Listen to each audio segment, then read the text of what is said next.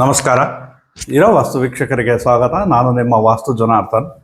ಈ ದಿನದ ವಾಸ್ತು ವಿಚಾರದಲ್ಲಿ ಬೇರೆಯವರು ವಾಸವಿದ್ದ ಮನೆ ಸೇಲಿಗೆ ಬಂದಾಗ ಅದನ್ನು ತಗೊಳೋದು ಎಷ್ಟು ಮಟ್ಟಕ್ಕೆ ಸರಿ, ವಾಸ್ತು ವಿಚಾರದಲ್ಲಿ ಅದರ ಪ್ರಭಾವ ಏನೆಲ್ಲ ಇರುತ್ತೆ, ಮತ್ತು ಯಾವ ರೀತಿ ಬೇರೆಯವರು ಕಟ್ಟಿರೋ ಮನೆ ನಾವು ಯಾವ ರೀತಿ ತಗೊಳ್ಬೇಕಾದ್ರೆ ಏನೆಲ್ಲ ವಾಸ್ತು ಕ್ರಮಗಳನ್ನ ಪಾಲಿಸ್ಬೇಕು, ಅದೇ ಅಲ್ಲದೆ ಹರಾಜಿಗೆ ಬಂದ ಮನೆ, ಬ್ಯಾಂಕ್ಗೆ ಅಡಮಾನ ಇರುತ್ತೆ, ಅಂಥ ಮನೆ ಹರಾಜಿಗೆ ಬರುತ್ತೆ. ಅಂಥ ಹರಾಜಿಗೆ ಬಂದ ಮನೆನ ನೀವು ತಗೊಂಡು ನೀವು ವಾಸ ಮಾಡೋದು ಎಷ್ಟರ ಮಟ್ಟಕ್ಕೆ ಸರಿ ಅನ್ನೋ ಥರ ಪರಿಪೂರ್ಣವಾದ ವಾಸ್ತು ವಿಚಾರ ನಿಮ್ಗೆ ಈ ದಿನ ವಿವರಿಸ್ಲಿಕ್ಕೆ ಬಯಸ್ತೇನೆ. ಇದು ಪೂರ್ವ, ಪಶ್ಚಿಮ, ಉತ್ತರ, ದಕ್ಷಿಣ, ಈಶಾನ್ಯ, ಆಗ್ನೇಯ, ವಾಯುವ್ಯ, ನೈಋತ್ಯ. ಯಾವುದೇ ಒಂದು ಮನೆ ಅದು ಇಂಜಿನಿಯರ್ ಪ್ಲ್ಯಾನೇ ಮಾಡಿರ್ತಾರೆ, ತುಂಬ ಅಂದವಾಗಿ ಕಟ್ಟಿರ್ತಾರೆ, ನೋಡೋದಕ್ಕೆ ತುಂಬ ಚೆನ್ನಾಗಿ ಕಾಣುತ್ತೆ, ತುಂಬ ಅಕಾಮಿಡೇಷನ್ ಮಾಡಿರ್ತಾರೆ. ಒಂದು ಕಾರ್ ನಿಲ್ಸೋದಕ್ಕಾಗ್ಬೋದು, ಅಥವಾ ಮನೆ ಒಳಗಡೆ ಸೋಫಾ ಹಾಕಿರೋದಾಗ್ಬೋದು, ಟಿ ವಿ ಪಾಯಿಂಟ್ಗಳಾಗ್ಬೋದು, ಅಥವಾ ಔಟ್ಲುಕ್ ಡಿಸೈನ್ ಆಗ್ಬೋದು. ನೋಡಿದ್ರೆ ನಿಮಗೆ ಅದನ್ನು ನಾವು ಇದರಲ್ಲಿ ವಾಸ ಮಾಡಬೇಕು ಅನ್ನೋ ರೀತಿ ಇರೋ ಅಂಥವು ಸುಮಾರಿದ್ದಾವೆ. ಅಂಥ ಮನೆಗಳನ್ನ ಯಾರೋ ಕಟ್ಟಿರೋದು, ಮತ್ತು ಯಾರೋ ಒಂದು 3 ವರ್ಷನೋ 5 ವರ್ಷನೋ ವಾಸ ಇರ್ತಾರೆ, ಆ ನಂತರ ಅವರು ಕಾರಣಾಂತರಗಳಿಂದ ಸೇಲ್ ಮಾಡಿರ್ತಾರೆ. ಅಂಥ ಮನೆಗಳನ್ನ ತಗೊಬೋದಾ? ಈ ಥರದ ಮನೆಗಳು ವಾಸ್ತು ಪ್ರಕಾರ ಇರುತ್ತವಾ, ಅಥವಾ ಅಲ್ಲಿ ಏನಾದರೂ ದೋಷಗಳಿರುತ್ತಾ ಅನ್ನೋದು ಮುಖ್ಯ ಆಗುತ್ತೆ. ಅದೇ ಅಲ್ಲದೆ ಒಂದು ಮನೆ ತುಂಬ ಆಸೆ ಇಟ್ಕೊಂಡು ಕಟ್ತಾರೆ. ಯಾರೇ ಒಬ್ಬರು ಮನೆ ಕಟ್ಟಬೇಕಾದ್ರೆ ತುಂಬ ಆಸೆಗಳಿಟ್ಕೊಂಡು ತುಂಬ ಚೆನ್ನಾಗಿ ಬರಬೇಕು ಅಂತ ಕಟ್ತಾರೆ.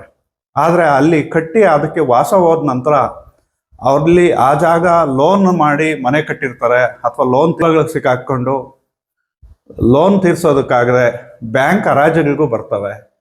ಅಂತರ ಆಕ್ಷನ್ಗೆ ಬರೋದು, ಹರಾಜಿಗೆ ಬರೋ ಅಂಥ ಜಾಗಗಳನ್ನ ತಗೊಳೋದು ಎಷ್ಟು ಮಟ್ಟಕ್ಕೆ ಸರಿ ಅನ್ನೋದು ತುಂಬ ಇಂಪಾರ್ಟೆಂಟ್ ಆಗುತ್ತೆ.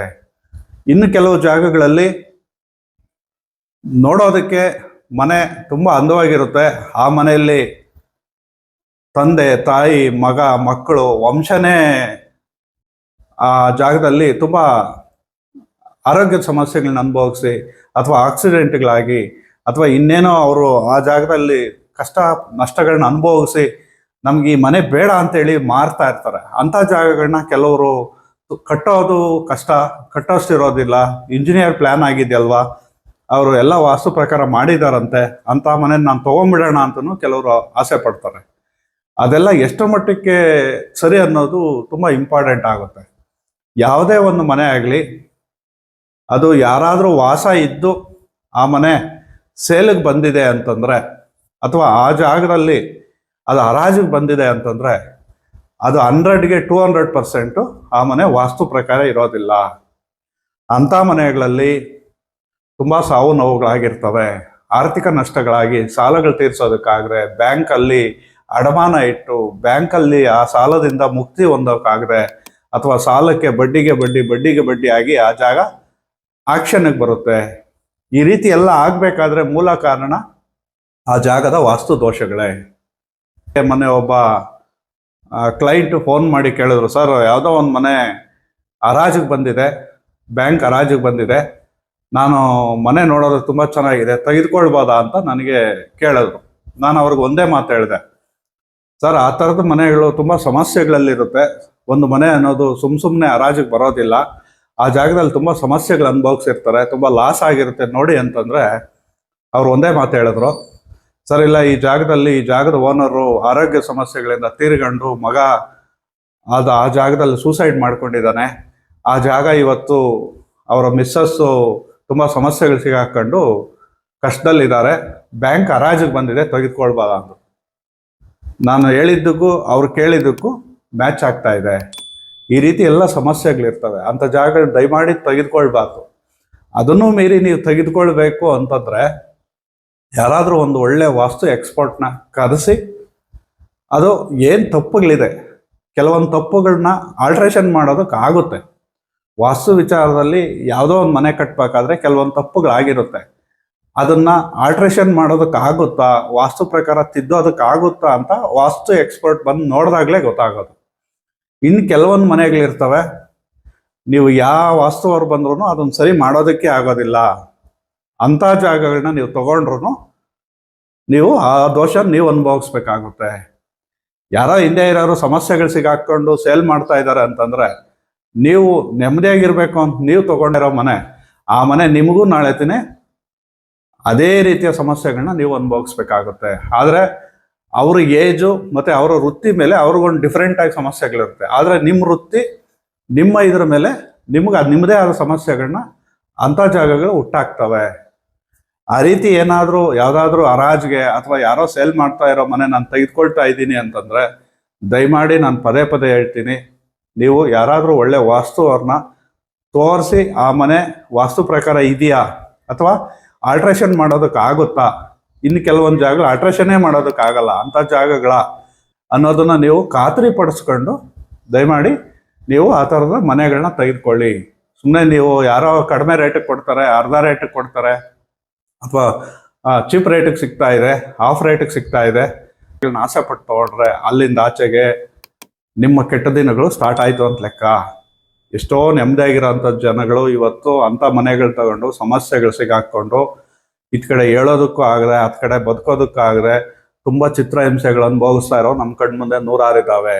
ಹಾಗಾಗಿ ದಯಮಾಡಿ ನೀವು ಯಾವುದೇ ಒಂದು ಮನೆ ಸೇಲಿಗೆ ಬಂದಿದೆ ಅಥವಾ ಹರಾಜಿಗೆ ಬಂದಿದೆ ಅಂದರೆ ಅಂಥ ಮನೆಗಳು ತೆಗೆದುಕೊಳ್ಬೇಕಾದ್ರೆ ಅಥವಾ ಯಾರಾದರೂ ಒಳ್ಳೆ ವಾಸ್ತವವನ್ನು ಕರೆಸಿ ನೀವು ಅದನ್ನು ತೋರಿಸ್ಕೊಂಡೇ ನೀವು ಮುಂದುವರಿಬೇಕು ಅಂತ ನನ್ನ ಅಭಿಪ್ರಾಯ. ಎಷ್ಟೋ ಜಾಗಗಳಲ್ಲಿ ನಾವು ನೋಡಿದ್ದೇವೆ, ಆಸೆ ಪಟ್ಟು ಕಟ್ಟೋದು ಯಾರು, ಅದೆಲ್ಲ ಸಮಸ್ಯೆಗಳು, ನಾವು ಒಂಟಿಗರು, ನಮ್ಮ ಮನೆಯಲ್ಲಿ ಅದನ್ನೆಲ್ಲ ನೋಡ್ಕೊಳೋರಿಲ್ಲ, ನಮ್ಗೆ ಅವೆಲ್ಲ ಗೊತ್ತಿಲ್ಲ, ಯಾರೋ ಕಟ್ಟಿದ್ದಾರೆ ಅದ್ರಲ್ಲಿ ವಾಸ ಇದ್ರಂತೆ, ಅವ್ರು ಮಾರ್ಕೆಟ್ ಮಾಡ್ಬೇಕಾದ್ರೆ ಅದ್ರಲ್ಲಿ ಚೆನ್ನಾಗಿದ್ರು ವಾಸ ಇದ್ರು, ಅವ್ರು ಫಾರಿನ್ಗೆ ಹೋದ್ರು ಅಂತೇಳಿ ಎಲ್ಲೆಲ್ಲ ಹೋದ್ರು ಅಂತೇಳಿ ನಿಮ್ಗೆ ಸುಳ್ಳುಗಳು ಹೇಳ್ಬಿಡ್ತಾರೆ. ಕರೆಕ್ಟಾಗಿ ನೀವು ವಿಚಾರ ಮಾಡಿದ್ರೆ ಇಂಥ ಜಾಗಗಳಲ್ಲಿ ಸೂಸೈಡ್ಗಳಾಗಿರುತ್ತೆ, ಆರ್ಥಿಕವಾಗಿ ನಷ್ಟ ಹೊಂದಿ ಆಸ್ತಿಗಳು ಕಳ್ಕೊಂಡಿರ್ತಾರೆ, ನೆಮ್ಮದಿ ನಾಳು ಮಾಡಿಕೊಂಡು ವಂಶಗಳನ್ನೇ ಕಳ್ಕೊಂಡಿರ್ತಾರೆ. ಅಂಥ ಜಾಗಗಳೇ ನಿಮಗೆ ಸೇಲಿಗೆ ಬರೋದು ಮತ್ತು ಹರಾಜಿಗೆ ಬರೋದು. ಹಾಗಾಗಿ ಅಂಥ ಜಾಗಗಳನ್ನ ತೆಗೆದುಕೊಳ್ಳೋದಕ್ಕಿಂತ ನೆಮ್ಮದಿಯಾಗಿ ನೀವು ಅದಕ್ಕೂ ಆದ್ರೂ ಮನೆಗೂ ದುಡ್ಡು ಕೊಡ್ತೀರಾ, ಜಾಗಕ್ಕೂ ದುಡ್ಡು ಕೊಡ್ತೀರಾ, ಅದ್ರ ಬದಲು ಒಂದು ಒಳ್ಳೆ ಸೈಟ್ ತಗೊಂಡು ಒಂದು ಒಳ್ಳೆ ವಾಸ್ತು ಅವ್ರನ್ನ ತೋರಿಸಿ ಒಂದು ಒಳ್ಳೆ ರೀತಿ ಮನೆ ಕಟ್ಕೊಳ್ಳಿ, ನೆಮ್ಮದಿಯಾಗಿ ಜೀವನ ಮಾಡ್ಬೋದು ಅಂತ ನಾನು ಹೇಳಲಿಕ್ಕೆ ಬಯಸ್ತೇನೆ. ಒಂದು ಮನೆ ಏನೆಲ್ಲ ಸಮಸ್ಯೆಗಳಿರುತ್ತೆ ಸೇಲ್ ಮಾಡೋದಕ್ಕೆ ಅಂತಂತ ನಿಮಗೆ ಬೋರ್ಡ್ ಮೇಲೆ ಎಕ್ಸ್ಪ್ಲೈನ್ ಮಾಡ್ತೇನೆ ನೋಡಿ. ಯಾವುದೇ ಒಂದು ಮನೆ ವಾಸಕ್ಕೆ ಯೋಗ್ಯವಲ್ಲದೆ ಇರೋ ಮನೆನೇ ನಿಮಗೆ ಸೇಲಿಗೆ ಬರೋದು. ಪೂರ್ವಾಗ್ನೇಯದ ಡೋರ್ಸ್ ಇರ್ತವೆ, ಈಶಾನ್ಯ ಕಟ್ಟಾಗಿರುತ್ತೆ ಮನೆಗೆ, ರೋಡು ಈಶಾನ್ಯ ಕಟ್ ಮಾಡ್ಕೊಂಡು ಹೋಗಿರುತ್ತೆ, ಉತ್ತರ ವಾಯುವ್ಯ ಬೆಳೆದಿರುತ್ತೆ, ನಿಮ್ಮ ಜಾಗನೇ ಉತ್ತರ ವಾಯುವ್ಯ ಬೆಳೆದಿರುತ್ತೆ, ಅಥವಾ ಮನೆ ಉತ್ತರ ವಾಯುವ್ಯ ಬೆಳೆದಿರುತ್ತೆ, ಅಥವಾ ಪಶ್ಚಿಮ ನೈಋತ್ಯ ಬೆಳೆದಿರುತ್ತೆ, ಪಶ್ಚಿಮ ನೈಋತ್ಯದ ಡೋರ್ಗಳಿರುತ್ತೆ, ಅದೇ ರೀತಿ ದಕ್ಷಿಣ ನೈಋತ್ಯದ ಬಾಗಿಲು ಅಥವಾ ದಕ್ಷಿಣ ನೈಋತ್ಯ ಬೆಳೆದಿರುತ್ತೆ,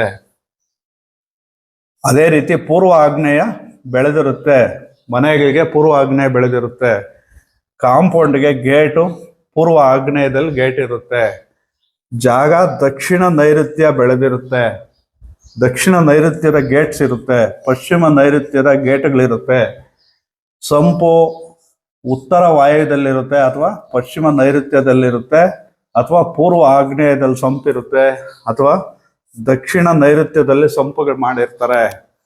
ಈ ಥರದ ಸಮಸ್ಯೆಗಳನ್ನ ಯಾವುದಾದ್ರೂ ಒಂದು ಎರಡು ಇದ್ದರೆ ಸಾಕು, ಇಂಥ ಜಾಗಗಳು ಸೇಲ್ಗೆ ಬರ್ತವೆ. ನೀವು ನೆಮ್ಮದಿಯಾಗಿ ವಾಸ ಮಾಡೋದಕ್ಕಾಗೋದಿಲ್ಲ.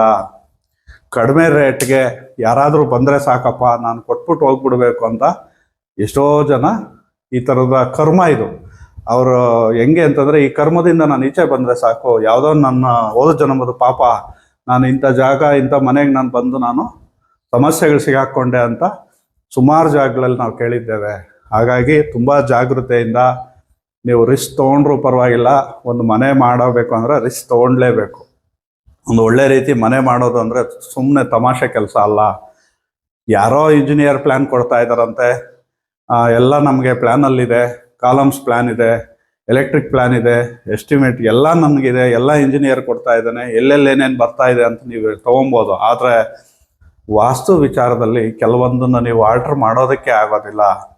ಅಂಥದ್ದನ್ನೇನಾದರೂ ನೀವು ತೊಗೊಂಡ್ರೆ ಅಂಥ ಮನೆಗಳಿಂದ ನೀವು ನಷ್ಟನೂ ಅನುಭವಿಸ್ಬೇಕಾಗುತ್ತೆ, ಪಶ್ಚಾತ್ತಾಪ ಪಡಬೇಕಾಗುತ್ತೆ. ನೆಮ್ಮದಿಯಾಗಿರೋ ಜೀವನಗಳನ್ನ ಹಾಳು ಮಾಡ್ಕೊಂಡಿರೋ ನಮ್ಮ ಕಣ್ಮುಂದೆ ಸುಮಾರಾಗಿದ್ದಾವೆ.